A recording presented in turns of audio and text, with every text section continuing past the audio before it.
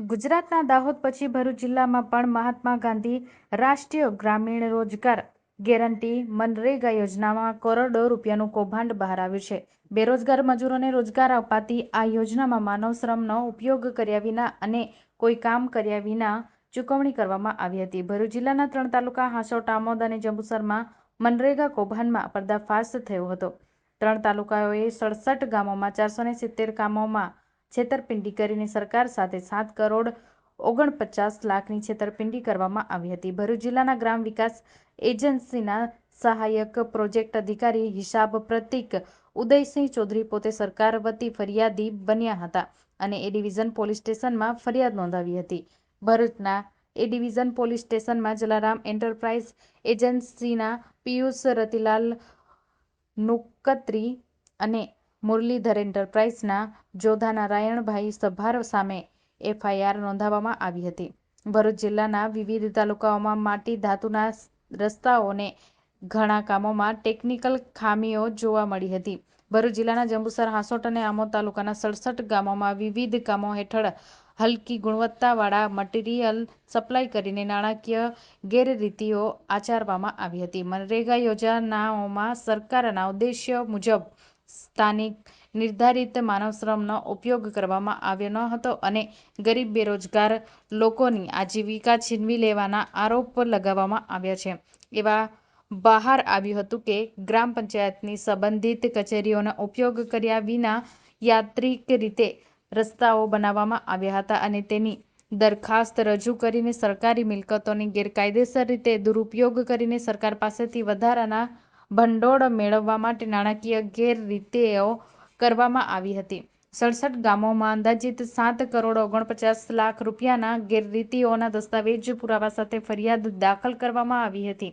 મનરેગા કૌભાંડ પ્રકાશમાં આવ્યા બાદ ભરૂચ જિલ્લા પોલીસ અધિક્ષક મયુર ચાવડાએ તાત્કાલિક પોલીસ ફરિયાદ નોંધાવી અને એ વિશેષ તપાસ ટીમ એસઆઈટીની રચના કરી. તપાસમાં એવું બહાર આવ્યું હતું કે ગુજરાત કોંગ્રેસના પ્રદેશ ઉપાધ્યક્ષ હીરા જોટવાના ઇશારે 2 એજન્સીઓ બનાવવામાં આવી હતી, જેમાં હાંસોટના આઉટસોર્સિંગ કર્મચારી રાજેશ ટેલર કાગળ કામ અને દસ્તાવેજીકરણનું કામ કરી રહ્યો હતો અને તેને પર સ્ટેમ્પ લગાવી કામ પૂર્ણ જાહેર કરી રહ્યો હતો. કૌભાંડના 3 થી 4 કરોડ રૂપિયા હીરા જોટવાના દિગ્વિજય રોડવેઝ અને તેમના પુત્રના જોટવા એન્ટરપ્રાઇઝ જમા કરવામાં આવ્યા હતા. ઉપરાંત છેતરપિંડી દ્વારા સરકાર પાસેથી લીધેલા પૈસા વ્યક્તિગત બેંક ખાતા અને કંપનીના ખાતામાં જમા કરવામાં આવ્યા હતા. ભરૂચ પોલીસ હીરા જોટવા, તેમના પુત્ર દિગ્વિજય, જે તાજેતરમાં વેરાવળની સુપાસે ગ્રામ પંચાયતમાંથી સરપંચની ચૂંટણી જીત્યા હતા અને કૌભાંડમાં સંડોવાયેલા ટેકનિકલ ઓપરેટરોની ધરપકડ કરી છે. આગામી સમયમાં મનરેગા કૌભાંડમાં વધુ રાજકીય લોકોના નામ બહાર આવી શકે છે. મનરેગા યોજના હેઠળ ભરૂચ જિલ્લામાં જે કામો થયા હતા એ કામોમાં કોઈ ગેરરીતિ થઈ હતી એવી રજૂઆતના આધારે ડીડીઓ શ્રી ભરૂચે એક પ્રાથમિક ઇન્કવાયરી કરી હતી. આ પ્રાથમિક ઇન્કવાયરીમાં એમને શંકાસ્પદ વસ્તુઓ જાણવામાં આવી અને 56 ગામો પૈકી 11 ગામમાં પ્રાથમિક ઇન્કવાયરી કરવામાં આવી ત્યારે તેમને ગેરરીતિ થયાનું પ્રાથમિક દ્રષ્ટિએ જણાવ્યું. ત્યારબાદ ઇન્ચાર્જ ડીઆરડીએ ભરૂચ દ્વારા આ રિપોર્ટના આધારે એક પોલીસ ફરિયાદ દાખલ કરવામાં આવી. પોલીસ ફરિયાદ ભરૂચના એ ડિવિઝન પોલીસ સ્ટેશનમાં દાખલ કરવામાં આવી અને આ તપાસ શરૂ કરી ત્યારે તપાસ વિસ્તૃત હતી અને ઘણી બધી જગ્યાઓ કવર કરતી હતી ભરૂચ જિલ્લાની, એટલે એક તપાસ ટીમની રચના કરવામાં આવી હતી. તપાસ કરવામાં આવી રહેલ છે અને RM વસાવા એ પોતે તપાસનીશ અધિકારી છે. તપાસ ટીમે જ્યારે તપાસ શરૂ કરી ત્યારે ઘણા બધા કર્મચારીઓના નિવેદન લેવામાં આવ્યા. તલાટી, સરપંચ, આઉટસોર્સના કર્મચારીઓ, જે લોકોએ મટીરિયલ સપ્લાય કર્યું હતું તે ઉપરાંત જે લોકોના જોબ કાર્ડ બન્યા હતા કામ કરવાના, એ તમામનો નિવેદનો લેવામાં આવ્યા હતા અને ઊંડાણપૂર્વક તપાસના અંતે પોલીસને પ્રાથમિક દ્રષ્ટિએ એવું જણાવ્યું કે આમાં ઘણું બધું ખોટું થયું છે.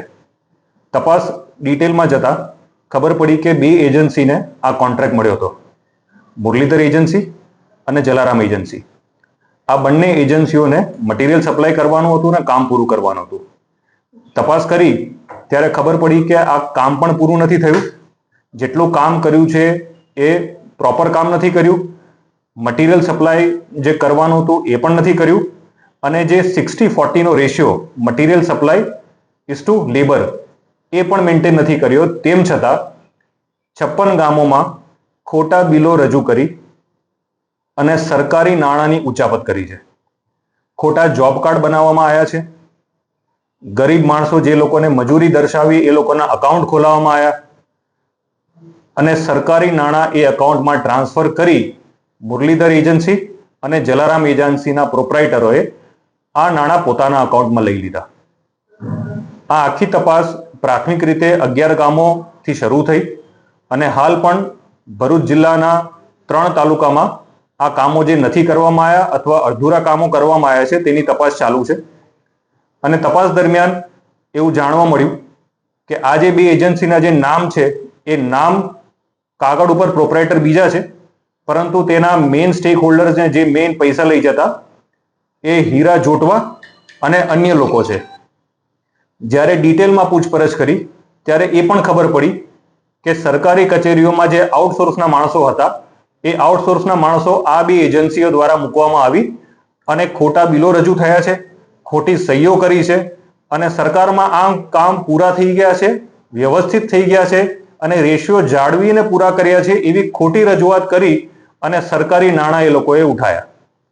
જ્યારે અકાઉન્ટ ડિટેલ્સ અને કોલ ડિટેલ્સ અને ગૂગલ મેપ ઉપરથી અમે લોકોએ સર્વે કર્યો અને અમારી તપાસ કરી તો 2021માં જે પરિસ્થિતિ હતી, 2022માં શું થઈ, 23માં શું થઈ, 25 સુધીની અમે પરિસ્થિતિનું ગૂગલ મેપ ઉપરથી પણ સર્વે કર્યો. એ જગ્યા ઉપરના લેટલોંગ લઈ અને એનો પણ સર્વે કર્યો કે કામ કેવા થયા છે.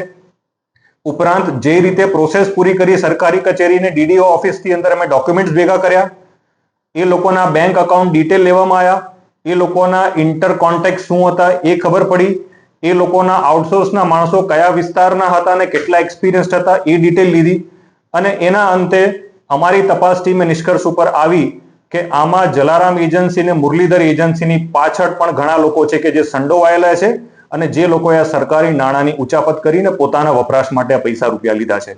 જેના આધારે અમારા પૂરતા પુરાવા અને એવિડન્સ ભેગા કરી અને ગઈકાલે હીરા જોટવા કે જે આ બધા પૈસા એમના અકાઉન્ટમાં, એના પરિવારના અકાઉન્ટમાં જે ટ્રાન્સફર થયા છે એમને અમે ગીર સોમનાથથી પૂછપરછ માટે લઈ આવ્યા અને ગઈકાલ રાતે ભરૂચ પોલીસે એમને એરેસ્ટ કર્યા.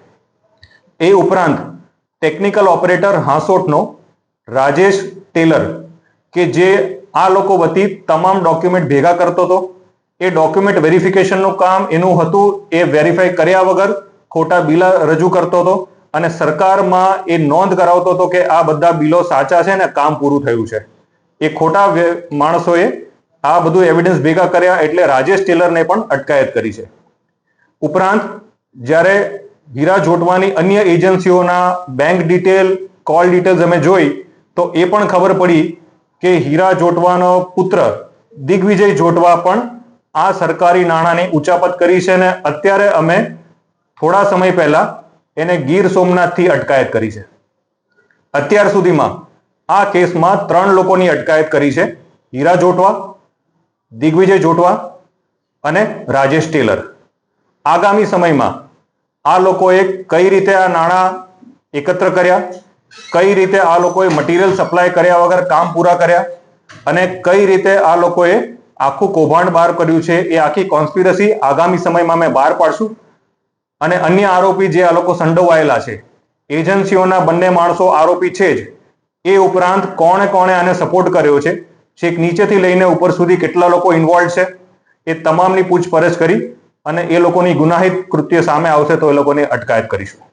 સર, અત્યાર સુધીની તપાસમાં કૌભાંડનો વ્યાપ કેટલો મોટો થઈ શકે છે અને ક્યાંથી જઈ શકે છે? હાલ પૂરતું ડીડીઓ શ્રી ભરૂચે 3 તાલુકાની ડિટેલ્સ આપી છે. 3 તાલુકાના 56 ગામોને આ એફઆઈઆરના અંદર સમાવેશ કરવામાં આવ્યો છે. 7.5 થી 8 કરોડનો એપ્રોક્સિમેટ વેલ્યુ થાય છે આની. અને હજી આગામી દિવસોમાં ડીડીઓ કચેરી અન્ય જગ્યા ઉપર જે લોકોએ કામ કર્યા છે આ જ એજન્સીઓ એનો પણ સર્વે કરી રહી છે. એ કચેરી દ્વારા જે ડિટેલ અમને આપવામાં આવશે અને બીજા તાલુકાનો ઇન્વોલ્વમેન્ટ હશે તો એનો વ્યાપ એ કક્ષામાં પણ આગળ વધશે.